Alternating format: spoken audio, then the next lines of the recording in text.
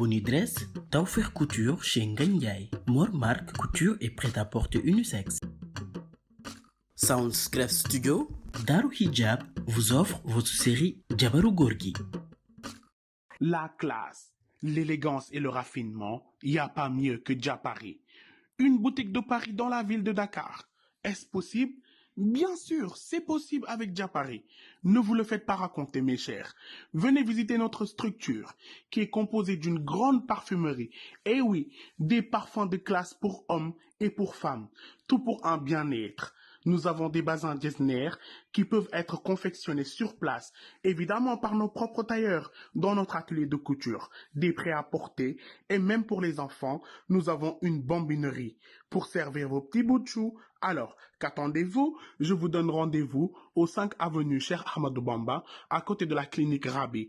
Le numéro de téléphone 00221 33 824 34 56 ou le 77 935 77 55 ou même le numéro de Paris 00 336 63 97 46 71. Diapari, tout est nice chez nous.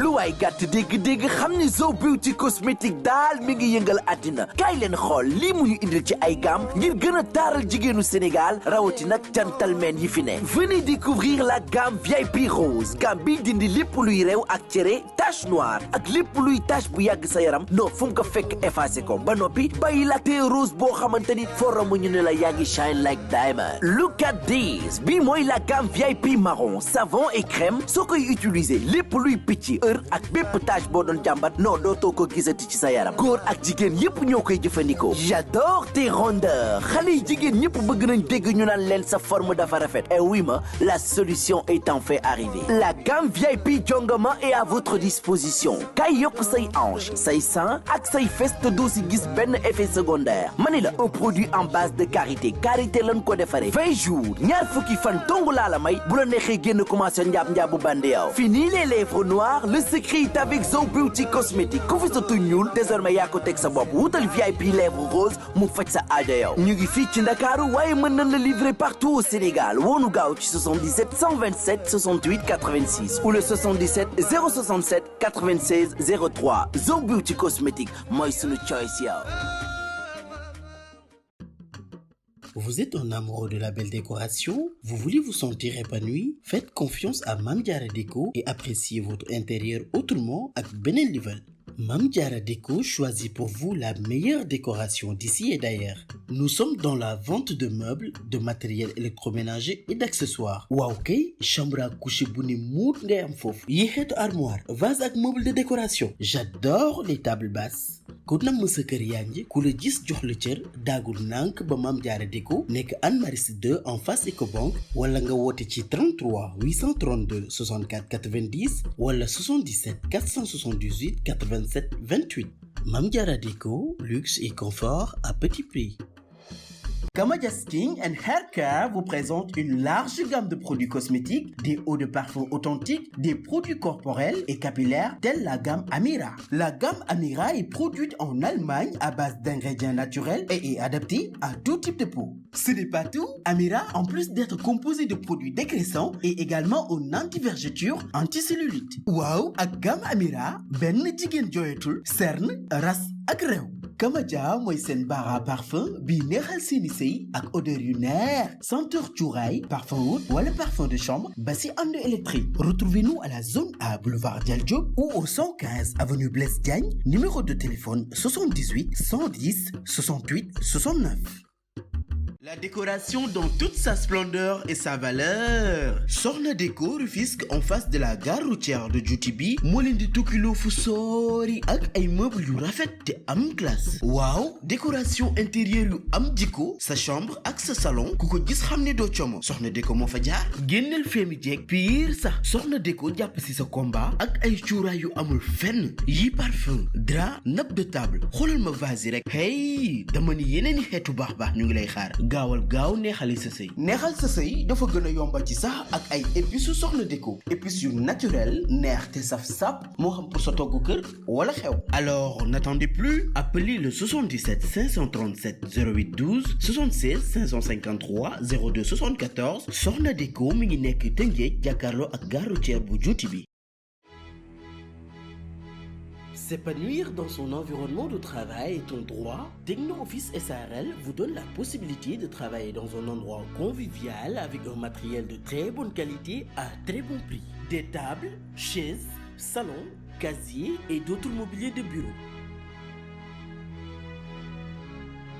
Techno Office SARL dina leen gunge ba seen biir kër ak ay chambre à coucher yu rafet machallah teg si nag ay table à manger. Techno Office SARL se trouve sur la route du Front de Terre et est joignable au 33 868 93 66 ou au 77 177 80 37.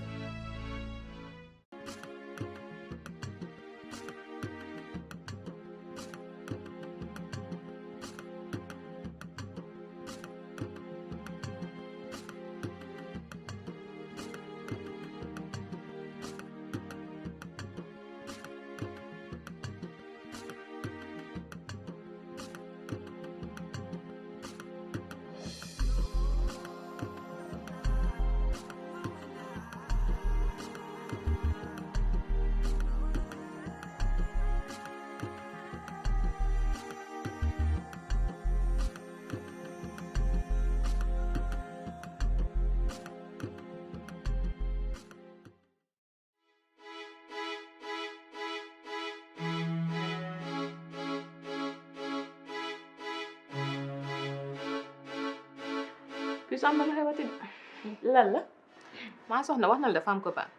elle me l'a pas dit de mais xam naa moo fi ñëwoon. nu mu tudd. Cheikh waaw Cheikh. nan la tudd. ay imagine qui est l'ex de Cheikh. vas-y dis-moi. non devine rek. kan la war a doon. dis-moi. Aïcha. Aïcha man. sama Aïcha mel yow waxoo ma lii de. je te promets. waaw. donc tu veux dire que Aïcha ak ma soxna ñoom ñoo bokk benn copain. jërë sa wàll ma li may choqué naa ko ba pare. je ne me sens plus bien sax. ah yow lu la ci lu sa yoon. ah mais xool affaire yi ni mu coïncider nii rek. ah. doy waa dala def. waaw.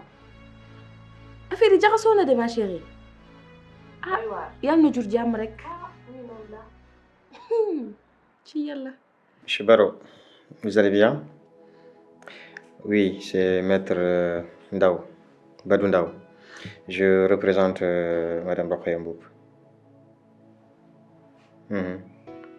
Oui, alors, on souhaiterait mettre en vente l'appartement de Venise et elle m'a dit de vous en parler. Oui, d'accord.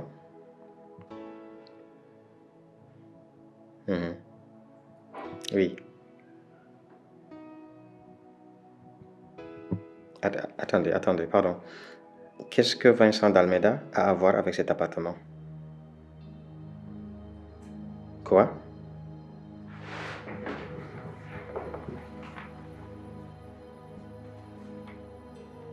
Non, j'ai pas bien compris.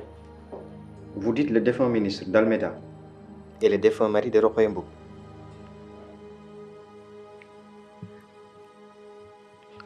Oui, non, en fait, on n'en avait pas encore parlé, c'est pour ça. Mais dites-moi, est-ce que je peux vous revenir, s'il vous plaît? Laissez-moi vous rappeler. D'accord, merci beaucoup.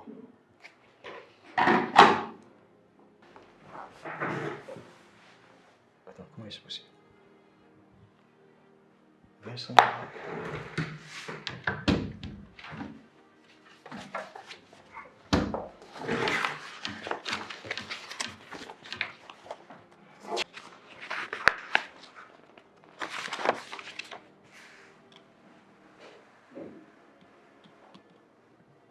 Vincent d'Almeida. Seigneur. Mais lii naka.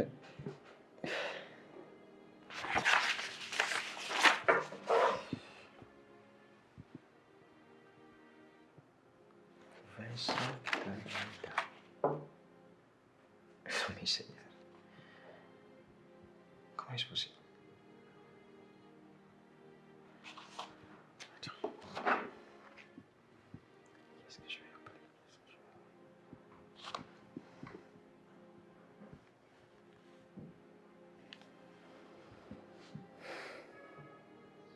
Allô, oui. Tu es où? Écoute, s'il te plaît, jaaral sama bureau léegi dama la soxla. C'est très urgent. Non, ñëwal maa ngi lay xaar. S'il te plaît, bu fekkee sori woo ñëwal léegi. Merci. Jërëjëf.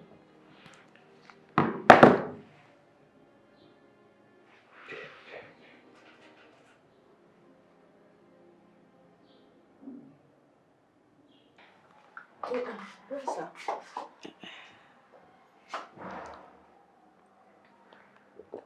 Merci. Ça va. Ça va? Ñu yóbbu l'hôpital. Non, non, t'inquiète pas, tout va bien. T'es sûr? Lalla, pourquoi tu t'inquiètes comme ça? Ah, kon baax na comme tu vas bien. Je vais bien kay. Alors dis-moi, yow naka nga def ba xam li yëpp? Reste daal seen ñoom. Après? Après, choqué. Choqué xanaa. Parle-moi de Cheikh. Cheikh daal c'est un gars qui habite au Gabon. Mais il venait très souvent en France di seet si Aïcha. Naka la sant? Mboup. Cheikh Mboup.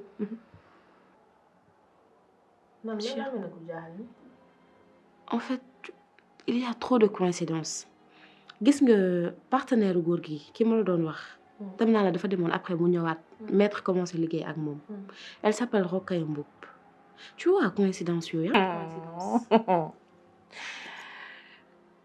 Tu me parles de la même personne? Yaay Cheikh Rokhaya Mboup la tudd. Sérieusement.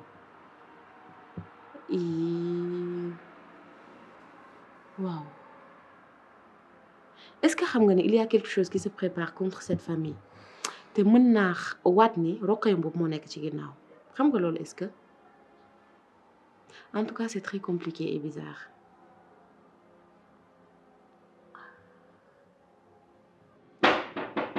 Oui, entrez.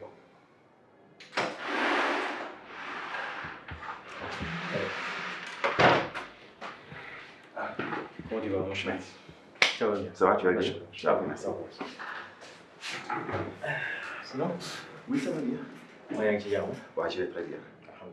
Mbaa jàmm la? waaw mais ba yàqaluma la dara. Non, non, seulement j'étais tout près, quoi. jàmm la alors je vais aller droit au but. Il fut benn moment am na benn temps bu ma la doon wax ay waxam. Kan la si ñoom? Rokhaya Mboup. Celle qui était partenaire à Gorgui Matar Lam. Oui. Alors, apparemment, son défunt mari était dans le gouvernement. Loolu nag moom musuma ko souligner fenn. Elle n'en a jamais parlé. Dafa am appartement bu ma waroon jaay à Venise. Bi ma nekkee ci négociation yi ci laa xam exactement kan moo moomoon appartement bi. Comment il s'appelle son défunt mari? Dalmeda. Vincent Dalmeda. Si, je connais. Xamoon naa ko. Vincent Dalmeda. Mais kooku dina ma jaaxal. Parce que moi je connais très bien la famille. Même sa fille aînée, Sarah. te man xamewuma ko benn jabar bu dul yaay Sarah. Loolu doy na war de. En tout cas, je peux t'assurer que Rokhaya Mboup était la veuve de Vincent Dalmeda. Bizarre. loolu nag moo tax ma woo la. parce que fi mu nekk nii bëgg naa xam naka la Rokhaya Mboup def ba hériter autant de Vincent alors que Vincent amoon na fi beneen jabar ak yeneen doom. Tu veux savoir comment elle est devenue la femme de Vincent. Mais surtout, comment elle a fait pour hériter de tout ça. D'accord. Elle a autant hérité que ça. Tu sais, je te raconte même pas. Cette femme est trop riche, trop même. Des maisons, des appartements, des voitures de luxe, des yachts. Et il y a yeneen. Tout ça, elle a hérité. cey maître. non non non neel cey góor gi Matar la en fait tu sais góor gi ñi mu doon àndal ñëpp dañu doy waar te ku nekk ci ñoom da nga bëri mbir yooyu nëbb même Dieyna même Rokhaya Mbuub là dont je te parle buggul en fait nit yi xam ni elle est la veuve de Vincent d'Almeida da koy nëbb. C'est bon. Je vais appeler quelqu'un. kan ngay woo. Un ami Almami. Il est très proche de la famille. te mën naa ci xam dara. waaw mais nag sois très subtil parce que bëgguma benn fuite. non sa xel dal sa xel dal. je vais gérer ça à ma façon. est-ce que.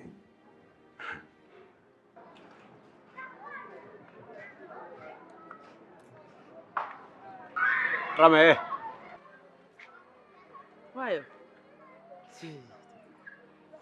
yow sëñ Sarr lan laa la waxoon yow laay waxal de lan laa la waxoon waxuma la woon nga bàyyi sama koñ bi ngay taxaw di ma koñ mel ni kuy xaar sàcc ku la sàcc wala ku la amel bor sëñ Sarr man aw ma ak yow benn problème sequma ak yow dara amelu ma la bor wala yow doo dégg sëñ Sarr yaa ngi may tooñ. Rama baax na. dama feebar dama war a opérer 500 000 yi ma la waxoon moom laa soxla. waaye boo waree opérer man lu sama yoon sa opération. Rama wax naa ci yow njëkk ak teraanga nangu ma dégg boo ma joxul 500 000 dinaa woo sa borom kër li nga doon def ak borom bitigee bi ci koñ bi ma waxul lépp. sëñ Sarr foo xamee loolu. loolu bu ko lijjanti. waa baax na dégg naa la bu subaa man dinaa la woo. suba boo mu woowut dinaa ñëw fii waxuma la fii sax sa biir kër laa jëm si. nee naa la dinaa la woo dinaa la woo dégg naa li nga wax dinaa la woo. baax na.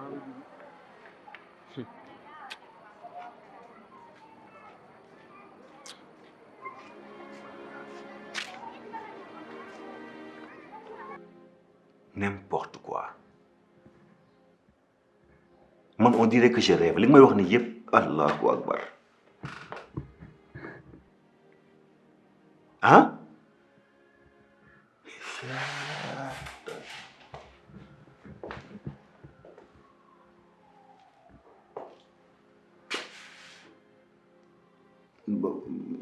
non Almami c'est bon je comprends. Je comprends. Merci mon frère. Je comprends. Donc, je te rappelle plus tard. Ok, d'accord, c'est bon.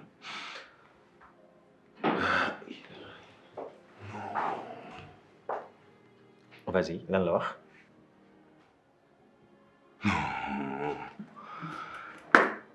Karim lan la wax.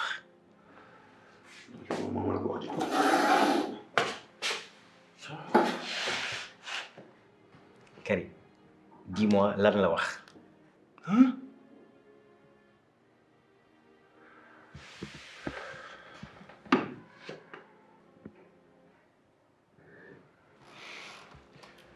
C'est vrai. Elle a été la femme du ministre. Ok et. Mais Dambi, elle est hyper dangereuse. Karim tu veux bien me dire ce qui s'est passé. C'est vrai. Elle a été au Gabon. nekk fa di fa def benn commerce boobu taa amul dara tekkiwul dara mënul dara ànd ak benn doomam bu ndaw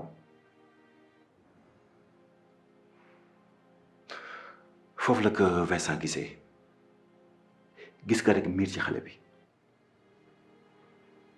mu jaral ko lu nekk mu kumba tëx lu waaye jigéen moo bon waay Rokhaya Mbuub jël Vincent liggéey ka taqale ak ay mbokkam taqale ak ay nitam Vincent déggatul gisatul ku dul Rokhaya lan ba moment bi ko Vincent di takk Vincent mi ngi tëdd ci lalu hôpital daf ko takk rek jóg non Seigneur walaay ku ni liggéey amul daf la jàppul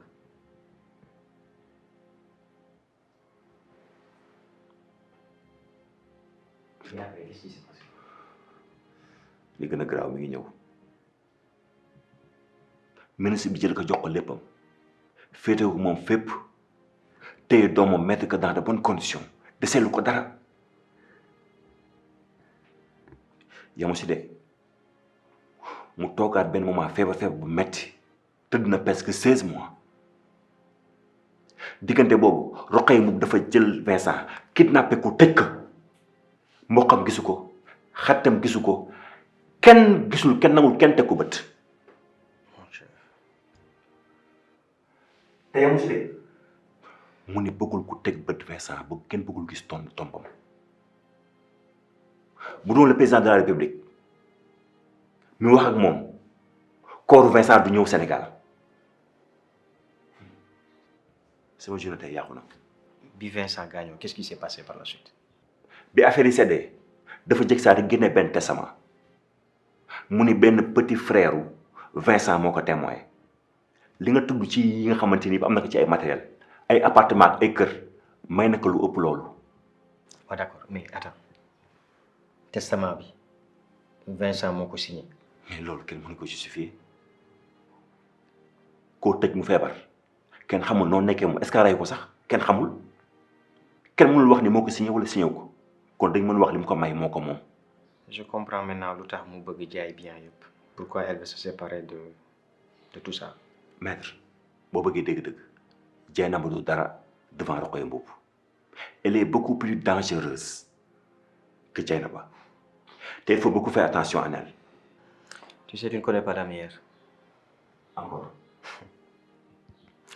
figure-toi que Rokhaya woon na ma këram. elle veut faire de moi son futur mari. dafa nopp kan. oui maître lii du caaxaan tegal lii ci suuf dam bi bàyyi ko tout tranquillement kii daf la bëgg sacrifier ma ñàkk la ñu ñàkk la. en tout cas nee na daf ma nopp te dafa bëgg ma takk. loolu du ma ko fekkee man Karim.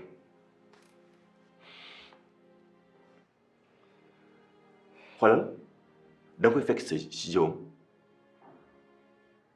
Rokhaya Mboup daa ko fekk si biir jëwam. elle saura que qui tue par l'épée mourra toujours par l'épée.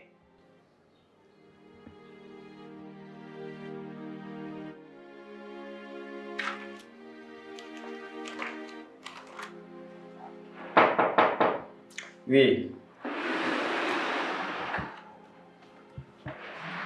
ça va. ça va. oui ça va bien. mënoon nga ma woo ma ñëw kër ga. non dama la bëggoon gis dans l'urgence parce que dama bëggoon waxtaan ak yow et je sais que mënuñu ko def à la maison. d'accord toogal. merci.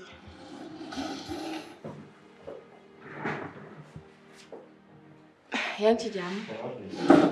ba jàmm la lan la. est-ce que xam nga ni ma soxna dafa am benn copain bu mu nekkal actuellement bu tudd Cheikh. oui et où est le problème. en fait ce même homme moom moo nekkoon ex copain wu Aïcha mooy doomu Yacine bi.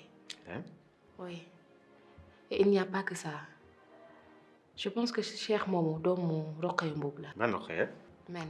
attends yow lan ngay wax ni. dalal maître ça m'a fait le même effet. non mais ça peut pas être une coïncidence quand même. man mii sax mënuma ko woon gëm. non mais je suis sûr que cette femme est derrière tout ça. sama problème mooy lan la bëgg exactement lan moo tax muy def lii yépp c'est quoi le but.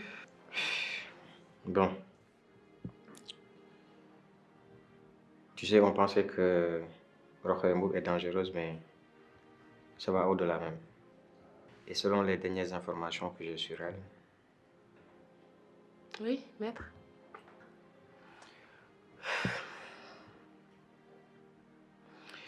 tu connais le défunt ministre de l'Intérieur.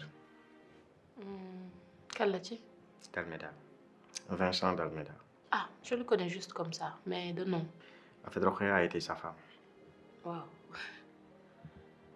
et d'après toujours des informations que j'ai il paraît que def ko sëriñ tout ba mu takk ko et que après le décès du ministre elle est venue avec des papiers pour s'accaparer de beaucoup de biens.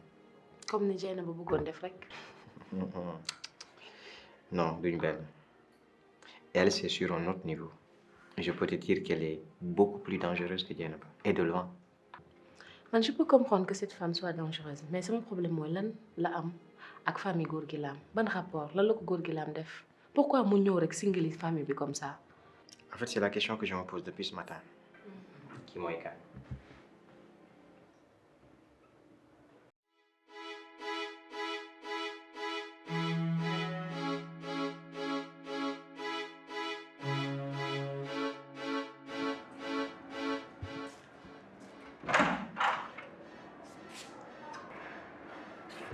Bonjour.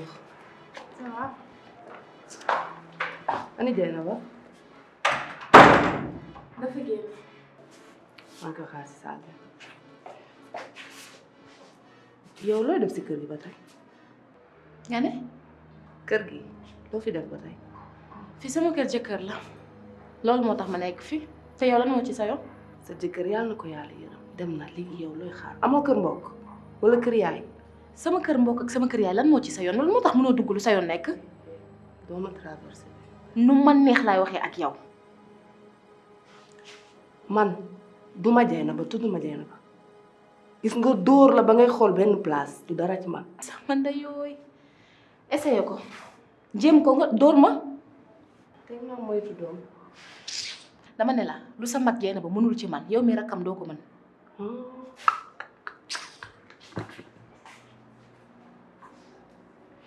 waaye kii réew na de.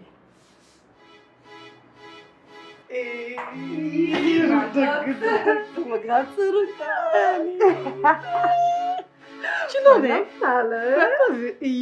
gisal lii. waaw ni ngay tëj. waaw nu may def. yaa ngi naa. gis naa la. mais da ngay def yëfu ku dund. waaw waaw billahi. ça va. ça va bien merci. foo demoon. waaw dama demoon jàppari. fa nga demoon. bu jox may parfum xam nga damaa dóore summi nag. waaw defal waaw ma am yu baax yooyu. waaw xam nga moom rek moom mooy loolu. noonu lay def. mais sinon naka mu. naka mu ba yàgguloo fi. yàgguma fi. xaw naa jàppanteeg sa loolu sa wujju bi mooy seen malaaka moo ci boobu. Sadia. merci mais yow kii réew na de. tuuti des ma nokk ko fi. kooku de loo wax rek am na loo bàyyi pour moom rek. waa léegi moom lu muy def ci kër gi du dem. akam mooy dem ak jàmm dana dem ndax jëkkër la fi amoon te jëkkër ji dee na. neex na waaw. ah dina génn mbaa ay mbokkam jël si ko. ah mooy yoon nga def ko bañ ko def mooy yoon. sinon naka la. maa ngi nii. ñu ngi ci jàmm. billaay maa ngi ci jàmm ça va. ça va bien. mais sinon xalaat nga ci li ma la waxoon. mooy li ñu doon wax keroog. waaw Dieynaba nag xam nga ne loolu du solution. yow xam nga ne du solution nag. yow bu du solution da ngaa gis beneen solution dama ne reyal sa jëkkër ji sinon dina la takkal wujju nga tonk xale bi ñëw di la tong doo am foo jëm nekk fay séddoo miraas am fa ay problème te yaa fa nekkoon nag bu njëkk yaa fa sonnoon. waa Dieynaba yaa ngi déglu sa bopp. waxu dee ngay wax de mel ni kuy wax waxu lekk. baax na. écoute man moom li ma xamoon di la ko wax naa la ko yow nag yaa ci des. mooy xale yi imagineel ma def loolu xale yi ndax dinaa leen mën a xoolati si bët. waaw dama lay laaj xanaa yow yaay dem xale yi naan leen maa rey seen baay. doo ca feeñ defal sa li ngay def toog tranquillement et puis du am benn problème. waaw baax na dinaa si réfléchir après mu wax la. en tout cas daa wax naa li ma xam. waa foo demoon yow. yii dama demoon jàppali. ku bëgg lu baax. ah waa ku bëggul lu baax ku bëggul lu baax yaa xam. doo changé. tu war ay xeetu parfum xeetu baax yooyu. ay waa dama ci wutal de. ah rek loolu rek ngay wax. maa la ci wutal ba nga doyal sa war a kër ci. ni yàlla dama laa namoon. bilaay maa la raw man Sénégal ci boppam laa namoon. dëgg neexul fii dama fi namoon.